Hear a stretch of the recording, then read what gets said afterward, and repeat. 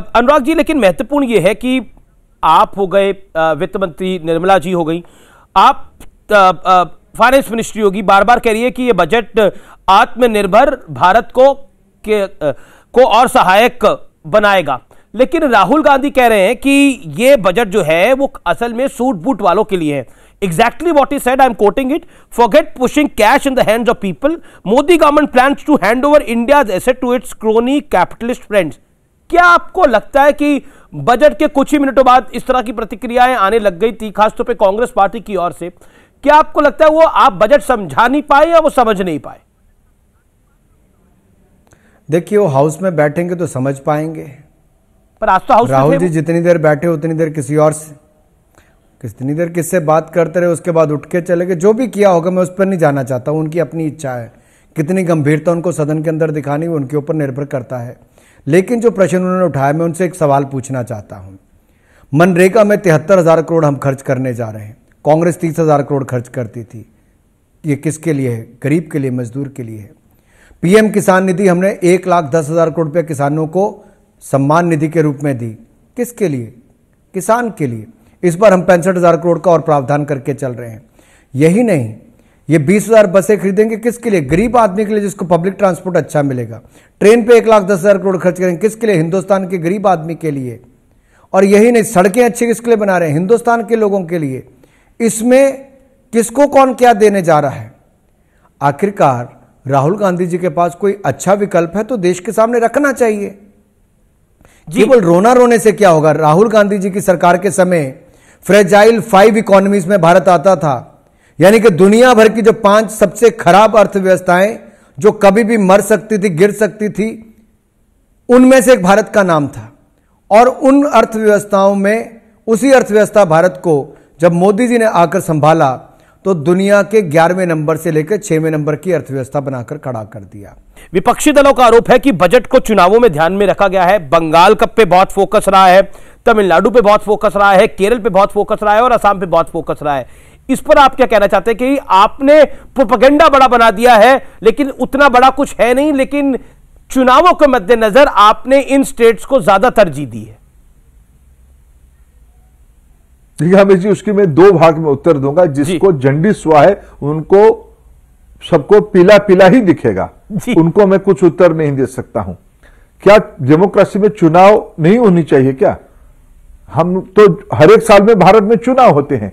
क्या जिस राज्य में चुनाव होगा उस राज्य को कल्याणकारी कामों से बाहर कर दें, ये उनकी तर्क होती है क्या?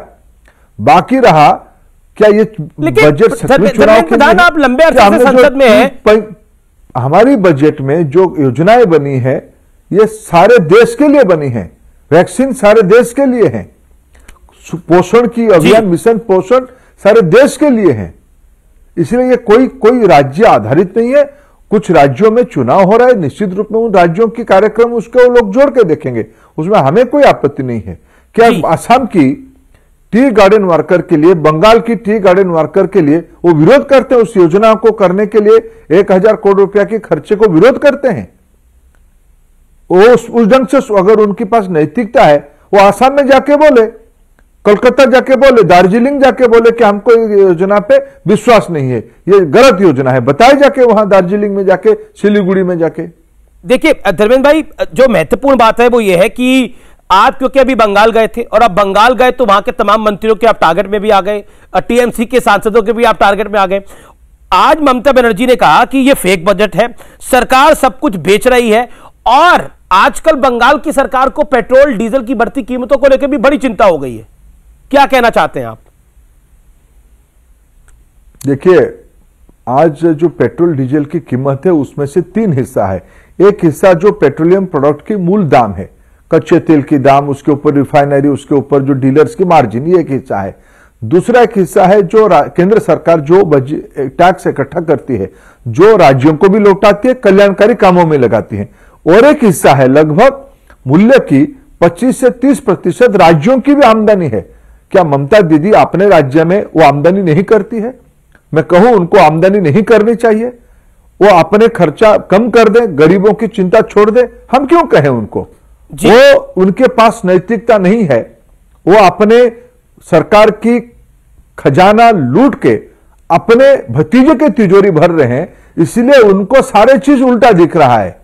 क्या बंगाल सरकार टैक्स नहीं लगा रही है क्या? एक आरोप कांग्रेस का है कि यह जुमलेबाजी वाला बजट है। शिवसेना भी कह रही है कि इससे निराशाजनक बजट कभी पेश नहीं हुआ।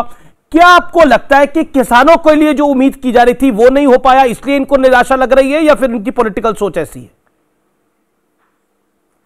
मैं समझता हूं कि कांग्रेस और शिवसेना इसलिए हताश हो रही होगी कि इतना अच्छा बजट जिसको देश भर में लोगों ने सराहना की हो, अगर इस प्रकार के बजट प्रधानमंत्री मोदी जी देते जाए तो जो ऑलरेडी उनकी आज लोकप्रियता चरण एकदम ऊंचे स्तर पर है, आज लगभग पूरा देश प्रधानमंत्री मोदी जी के ऊपर विश्वास करता है, उनके नेतृत्व का बड़े रूप से सराहना करता है।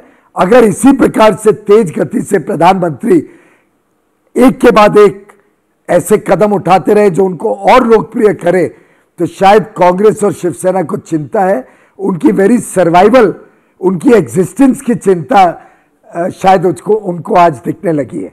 और शिवसेना तो जानती है कि पिछला चुनाव भी वो प्रधानमंत्री मोदी जी की फोटो उनके नेतृत्व में लड़के ही जीत पाई थी। कांग्रेस ने अपना हाल देख लिया, 2 चुनावों में किस लेकिन राहुल गांधी तो अभी भी नहीं रुके। राहुल गांधी कह रहे हैं कि गरीबों के हाथ में देने की जगह मोदी सरकार ने भारत की संपत्ति अपने पूंजीपति दोस्तों को देने की तैयारी कर ली है, यह उनका कहना है। यह उनका ट्वीट है अभी कुछ देर पहले का। आमिर जी, उनके ट्वीट तो मैं समझता हूं देश ने अभी सीरियसली लेना ही बंद कर दिए, क्योंकि जो नासमझ उन ट्वीट्स में नजर आती है, जो अर्थव्यवस्था के बारे में उनकी शायद समझदारी में कुछ कमजोरी है या उनको आंकड़े ग्रहण करने में शायद कुछ तकलीफ लगती होगी, वो सरासर दिखती है। क्योंकि इस बजट में तो गरीबों पे कुछ भार पड़ा ही नहीं है, सिर्फ सुविधाएं ही सुविधाएं दी गई हैं। तो मैं समझता हूं कि इस प्रकार का बेबुनियाद आरोप लगाना अपने आप में दर्शाता है कितनी उनको समझ है अर्थव्यवस्था की जी और इस बजट की। लेकिन स्टॉक मार्केट ने आज जोरदार सलामी दी है, लेकिन कपिल सिब्बल से जब मैंने यह सवाल पूछा तो उन्होंने बोला शेयर बाजार देश का मिजाज नहीं बताता। आप तो मुंबई से आते हैं। ये इनकी सिलेक्टिव थिंकिंग होती है। कभी कभी जब उनके बजट के समय शेयर बाजार बढ़ता था तो बताते थे देखो कितना शेयर बाजार उछला है, तो हमारा बजट ड्रीम बजट है। और आज जब ये हमारी सरकार ने कभी ओवरस्टेट नहीं किया हमारी उपलब्धियों को, हमने अपने आप को ऑलवेज अंडरस्टेटेड रखा है। हमारे लिए गरीब किसान, जो वंचित शोषित पीड़ित जो जनता है, उसको कैसे सुविधाएं पहुंचे, कैसे ईमानदारी आए सिस्टम में, कैसे ईज ऑफ लिविंग हो, कैसे हर वर्ग के लिए कुछ ना कुछ हम दे पाए, हमने हर वक्त उसको प्राथमिकता दी है।